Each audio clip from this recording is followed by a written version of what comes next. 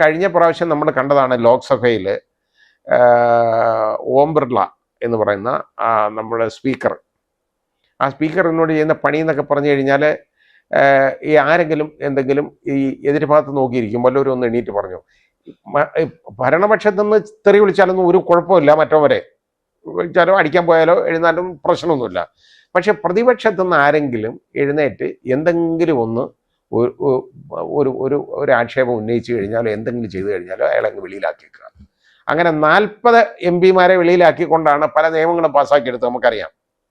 അങ്ങനെയുള്ള ഓം ബിർളയെ വീണ്ടും കൺസിഡർ ചെയ്ത് ഇനി ഈ ലോക്സഭ സ്പീക്കറാക്കുക എന്ന് പറയുന്നത് വളരെ ആത്മഹത്യാപരമായിരിക്കും BJPക്ക് തന്നെ, എൻ്റെ കാഴ്ചപ്പാടിൽ. മാത്രമല്ല മറ്റേ കൂടെ നിൽക്കുന്ന 2 പാർട്ടികളുണ്ടല്ലോ, TDP തെലുങ്ക് ദേശം, നമ്മുടെ ചന്ദ്രബാബു നായിഡു, അതേപോലെ തന്നെ നിതീഷ് കുമാർ JDU, ഇവർക്കൊക്കെ ഒരു ബാർഗനിങ് കപ്പാസിറ്റി ഇല്ലാതാവും. കാരണം അവരുടെ MP-മാർ മുഴുവൻ പോകേണ്ട ഗതികേട് വരും.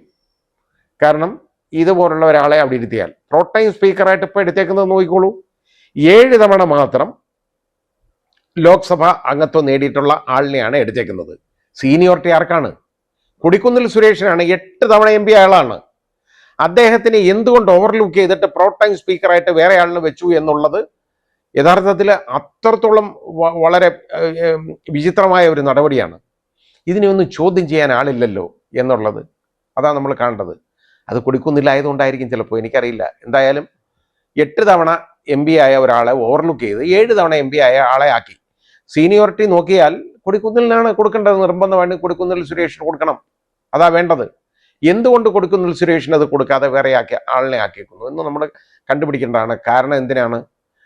വീണ്ടും വീണ്ടും അഴിമതികളിലേക്ക് നയിക്കാൻ വേണ്ടിയുള്ള പണിയാണ് ഈ ചെയ്തുകൊണ്ടിരിക്കുന്നത്. ഇത് യഥാർത്ഥത്തിൽ ഇതിൻ്റെയൊക്കെ മ്യൂട്ട് സ്പെക്ടേറ്റേഴ്സ് ആയിട്ട്, അതായത് നിശബ്ദരായിട്ട് ഇതിൻ്റെ കൂടെ നിൽക്കുന്ന, അതായത് മൂകരായിട്ട് കാഴ്ചക്കാരായി മാറി നിൽക്കുന്നതാവരുത് ചന്ദ്രബാബു നായിഡുവും നിതീഷ് കുമാറും ഒക്കെ.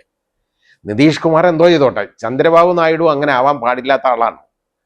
പക്ഷെ അത് നമുക്ക് പ്രതീക്ഷിക്കാൻ പറ്റുന്നില്ല ഒരു കാര്യവും ഇപ്പം എന്തൊക്കെ ആവുമെന്ന്.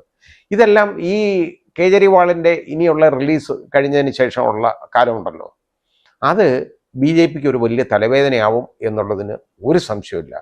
കാരണം യഥാർത്ഥത്തിൽ പണ്ട് BJPയുടെ ഒരു സഹയാത്രികൻ എന്നുള്ള രീതിയിൽ ചിത്രീകരിക്കപ്പെട്ടിരുന്ന കേജ്രിവാൾ എന്നെ അതേപോലെ അത്രത്തോളം വലിയ ശത്രു ആക്കി മാറ്റി. പക്ഷേ ശത്രുവാക്കി മാറ്റിയതിൻ്റെ നേട്ടം അവർക്ക് കിട്ടി.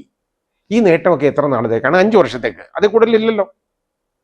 അത് 5 വർഷത്തേക്ക് ലോക്സഭയിൽ ഇത് നേട്ടം കിട്ടും. ഇതിൻ്റെ ചലനങ്ങളെന്ന് പറയുന്ന ഇനി വരാനിരിക്കുന്ന സ്റ്റേറ്റ് ഇലക്ഷൻസ് ഒരുപാടില്ലേ, അതിലെല്ലാം ഇതിൻ്റെ ചലനങ്ങൾ ഉണ്ടാവത്തില്ലേ? അത് നമുക്ക് കാത്തിരുന്ന് കാണാം.